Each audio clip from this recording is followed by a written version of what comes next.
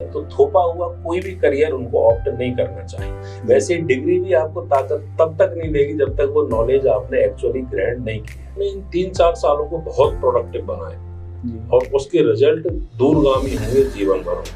पहला रूल ये है कि कोई भी टास्क आपके पास आ रहा है तो उसको तुरंत एक्सेप्ट करें। तो किसी स्टूडेंट के 60-70% मार्क्स रह गए, कम रह गए, तो वो कुछ बड़ा नहीं कर सकते। हमारे सामने बहुत सारे ऐसे उदाहरण मिलते हैं।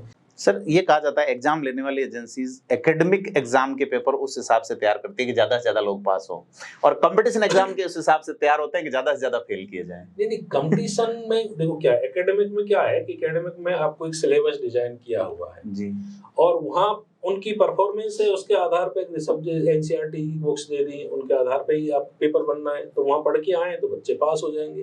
तो हमें कंपटीशन का मतलब ये होता है कि जैसे पर्टिकुलर 1000 पोस्ट के लिए आपको सिलेक्शन करना है, तो फेल करने के लिए नहीं, 1000 सिलेक्शन करने के लिए लिया जाता है। कोई भी कंपटीशन फेल करने के लिए नहीं होता। नहीं तो उसमें 10 लाख आते हैं सर। 10 लाख देखो, आप अपनी कंपनी चलाते हैं, न्यूज एजेंसी चलाते हैं जी, आपको 5 लोगों की रिक्वायरमेंट है, आपने एडवर्टाइज दिया, वहाँ 50 लोग आ गए, तो आपका उद्देश्य 45 लोग फेल करना नहीं है, उन 50 में 5 बेस्ट सेलेक्ट करना है।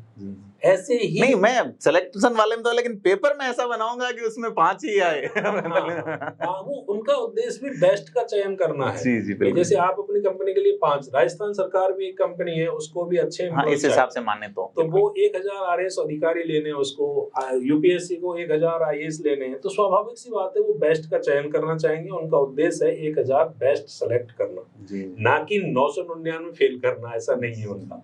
सर, आरएस की आप मार्गदर्शन देते हैं आरएस के लोगों को, तो क्या गाइड होनी चाहिए प्रॉपर 12वीं वालों को ही, कि अगर वो साइंस वाले हैं तो क्या साइंस ग्रेजुएशन में लेके ही कंपटीशन की ओर जा सकते हैं, या आर्ट्स लेना ही? कई लोगों में ये मिथक है सर। देखो क्या है कि इस कंपटीशन की आईएएस हो या आरएएस हो, दोनों की एक अच्छी बात ये है कि आप किसी भी स्ट्रीम से ग्रेजुएट हो जी, जहां आप अपना बेस्ट कर सकते हैं उस स्ट्रीम से ग्रेजुएट करें आप। जैसे बहुत सारे स्टूडेंट आईआईटी करते हैं, आईआईटी वाले बहुत जल्दी सेलेक्ट हो जाते हैं, 1 साल में 2 साल में सेलेक्ट हो जाते हैं।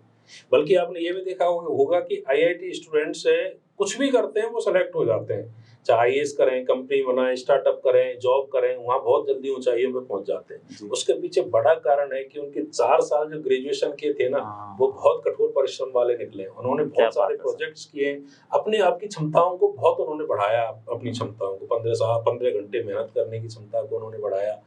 कोई भी टास्क उनको जब दिया जाता है तो कभी भी मना नहीं करते, यस करते हैं और वो कर भी देते हैं उसको। किसी भी गेम का रूल हो या कंपटीशन का रूल हो, पहला रूल ये है कि कोई भी टास्क आपके पास आ रहा है तो उसको तुरंत एक्सेप्ट करें जी। अगर आप एक्सेप्ट नहीं करते हो पूरे मन से तो उसको क्रैक भी नहीं कर सकते जी। तो वहां उनको टास्क हैंडल करना आ जाता है, एक्सेप्ट करना आ जाता है और क्रैक करना आ जाता है, तो वो कुछ भी करते हैं जीवन में तो निकल जाते हैं।